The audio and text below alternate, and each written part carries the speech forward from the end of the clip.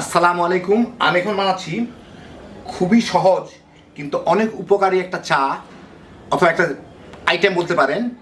এটাকে বলে হিবিস্কাস টি, মানে জবা ফুলের চা। এটা অ্যান্টিঅক্সিডেন্টে পরিপূর্ণ একটা জিনিস, যেটা ব্লাড প্রেশার কমাইতে সাহায্য করে, কোলেস্টেরল কমাইতে সাহায্য করে, ওজন কমাইতে সাহায্য করে, বিভিন্ন ধরনের ব্যাকটেরিয়ার বিরুদ্ধে অত্যন্ত কার্যকর, আর লিভারকে ভালো রাখে। আর এটা একটা বিশেষ গুণ হচ্ছে, আমাদের দেশের অনেক মহিলাদেরই আজকাল থাইরয়েডের প্রবলেম দেখা দিচ্ছে। এটা থাইরয়েডের প্রবলেমটাকে কন্ট্রোল করতে সাহায্য করে। তো আপনারা যদি ডিটেলস জানতে চান, আপনারা গুগলে গিয়ে সার্চ করে দেখে নিতে পারেন। বেনিফিট অফ হিবিস্কাস টি অথবা হিবিস্কাস লিখলেই আপনারা পেয়ে যাবেন। আমাদের দেশেও আগের দিনে এই জবা ফুলটা খাওয়া কিংবা বিভিন্ন ঔষধি ব্যবহার মানে প্রচলিত ছিল, কিন্তু আজকাল অনেক কিছুই আমরা করি না। আমাদের নানি দাদিরা এইগুলোই ব্যবহার করতেন। তো আপনাদের আমি দেখা দিচ্ছি খুব সহজে ঘরে কি করে আপনারা এর চাটা তৈরি করে ফেলতে পারবেন। তো আসেন দেখি শুরু করা যাক। তো অনেকে জানতে যাবেন, সেই জন্য প্রথমেই বলে দিচ্ছি যে আপনারা এই ফুলটা কোথায় পাবেন, মানে গাছটা কোথায় পাবেন। গাছটা বনে জঙ্গলে অনেক জায়গায় পাবেন, অনেকের বাসায়ও আছে। তো আমাদের সাধারণত আসলে হচ্ছে দেশি গাছটায় ফুল তুলনামূলক অনেক কম হয়। তো যারা রেগুলার খাইতে চান তারা যে কোনো নার্সারিতে গিয়ে চাইনিজ গাছটা কিনে নেন, অথবা থাইল্যান্ডের ওরা বলে, ওটা একটু হাইব্রিড। ওটাতে প্রতিদিনই আপনি একটা দুইটা করে ফুল পাবেন, আর ফুলটাও অনেক বড় হয়। আর আমাদের দেশি যেগুলা, সেগুলা দু চারটা ফুল ধরে, তারপর আবার অনেক দিন পর ধরে। আর থাইল্যান্ডেরগুলা প্রায় প্রতিদিনই একটা করে, আর ছোটো গাছ থেকেই ফুল পাওয়া শুরু করবেন। দাম নেবে 150 থেকে 250 টাকার মতো। যখন গাছটা কিনবেন তার মধ্যে দেখবেন 2-4টা কলি আছে, এবং ওই কলিগুলো আপনার কেনার 2-1 দিন পর থেকেই ফুটা শুরু হবে। প্রতিদিনই ফুল পাইতে থাকবেন। এই ফুলটা সকালে ফুটে সন্ধ্যার মধ্যেই কিন্তু শেষ হয়ে যায়। এই ফুলটা পরের দিন থাকে না, মানে খুব ক্ষণস্থায়ী একটা জিনিস। তো আপনার ব্যবহার করতে চাইলে সাথে সাথেই ব্যবহার করে ফেলতে হবে। তো আসেন চাটা বানানো শুরু করি। তো আমি এখানে কতগুলো জবা ফুল নিয়ে নিছি। এখন এর থেকে আমার এই পাপড়িগুলোকে নিতে হবে, শুধুমাত্র পাপড়িটা, মাঝের অংশ না, গোড়ার দিকে ওই সবুজ রঙের জিনিসটাও না, শুধুমাত্র পাপড়িগুলা। তো আমি পাপড়িগুলোকে ছিঁড়ে নিচ্ছি।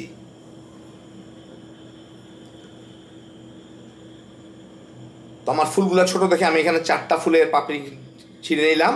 এখন এইগুলাকে আমি একটু ধুয়ে তারপরে চা বানাইতে শুরু করব। আমি একটা পাত্রে পানি ফুটাই নিচ্ছি। আমি যেই কাপে পরিবেশন করব সেই কাপের 1.5 কাপ, মানে পানিটা বাষ্পীভূত হওয়ার পর যাতে 1 কাপের মতো থাকে। এর মধ্যে আমি একটু আদা কুচি আর একটু দারচিনি দিচ্ছি। এটা অপশনাল, ফ্লেভারের জন্য কেউ দিলে দিতে পারেন, না দিলে না দিতে পারেন। দিয়ে আমি 3-4 মিনিট একটু ফুটাই নিব, যাতে ফ্লেভারটা এর মধ্যে চলে আসে। এটা দিতেই হবে এমন কোনো কথা নাই কিন্তু। এই মিনিট 2 জাল দিয়ে আমি এর মধ্যে ওই যে জবার পাতাগুলো ছিঁড়ে রাখলাম সেগুলা দিয়ে দিব। এর মধ্যে দিয়ে একটু জাল দিয়ে নিব, যাতে এর নির্যাসটা এর মধ্যে চলে আসে। এই পাতাগুলো কিন্তু ছিঁড়ার পরে খুব দ্রুত শুকাইতে থাকে, সেই জন্য তাজা তাজা হিসাবে করতে গেলে জলদি করবেন, না হলে একটু শুকায় যাবে। শুকাইলে কোনো অসুবিধা নেই, এটা কিন্তু শুকায় রেখে দিয়েও পরে আপনারা জাল দিয়ে বানিয়ে নিতে পারেন। আমি প্রায় 4-5 মিনিট জাল দিয়ে নিলাম। এই যে দেখেন, এটা কিন্তু একদম কুচকুচে কালো। আপনাদের বুঝতে পারতেছেন না জানি না। আমি একটু জালটা বন্ধ করে আপনাদের একটা সাদা কাপের উপর ঢেলে দেখাচ্ছি। এই যে দেখেন, সাদা কাপের উপর ঢাললে দেখেন দেখেন দেখেন কীরকম কালারটা দেখছেন।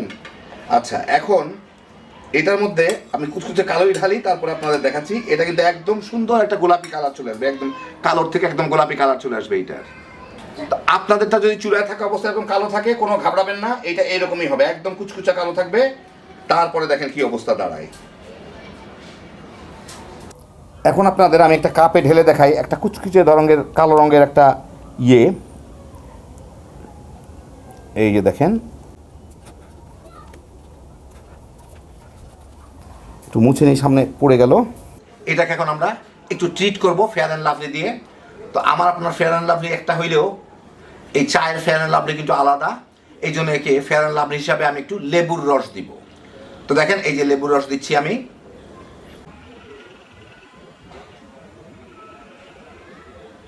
দেখেন কত সুন্দর, কালারটা পুরা বদলায় গেছে। ফেয়ার অ্যান্ড লাভলি 7 দিনে ফর্সা করুক আর না করুক, এ কিন্তু 7 সেকেন্ডের মধ্যেই দেখেন, তারও কম সময়ের মধ্যে কি সুন্দর একদম টুকটুকে রাঙা বউ বানায় ফেলাইল চাটাকে। আপনারা যারা প্রাকৃতিক জবা ফুলের উপকার পাইতে চান, এটা এভাবে বানায় খেয়ে দেখতে পারেন। এইটাতে আপনার পছন্দ মতো চিনি, মধু কিংবা সুইটনার যে কোনো কিছু মিশিয়ে খাইতে পারেন। এটা যে কোনো সময় খাওয়া যায়, তবে অনেকেই রাত্রে শোয়ার আগে খাওয়া প্রেফার করে। আপনারা আপনাদের পছন্দ মতো যে কোনো সময় খেয়ে নিতে পারবেন। অনেক আগে আমাদের দাদি নানিরা এগুলা করেই চলতো, মানে চা বানায় না খেলেও এগুলা, এই জবা ফুল বিভিন্ন জিনিস তারা ব্যবহার করতো এবং তাদের শরীর আমাদের থেকে অনেক বেশি সুস্থ ছিল, স্কিনও ভালো ছিল, সবই ভালো ছিল। আমরা ধীরে ধীরে খুব বেশি কেমিক্যাল নির্ভর হয়ে যাচ্ছি। তো ন্যাচারালি যারা এটা ব্যবহার করতে চান এইভাবে ব্যবহার করে নিতে পারেন। দেখতেই কত সুন্দর দেখেন, হ্যাপি জোশের একটা আইটেম। তা আপনাদের যাদের প্রয়োজন এমনি খালি বানাইবেন, তামা তামা করে খায় ফেলাইবেন। আল্লাহ আপনাদের সবাইকে ভালো রাখুন, সুস্থ রাখুন, নিরাপদে রাখুন। ইনশাল্লাহ বেঁচে থাকলে আবার দেখা হবে। আল্লাহ হাফিজ।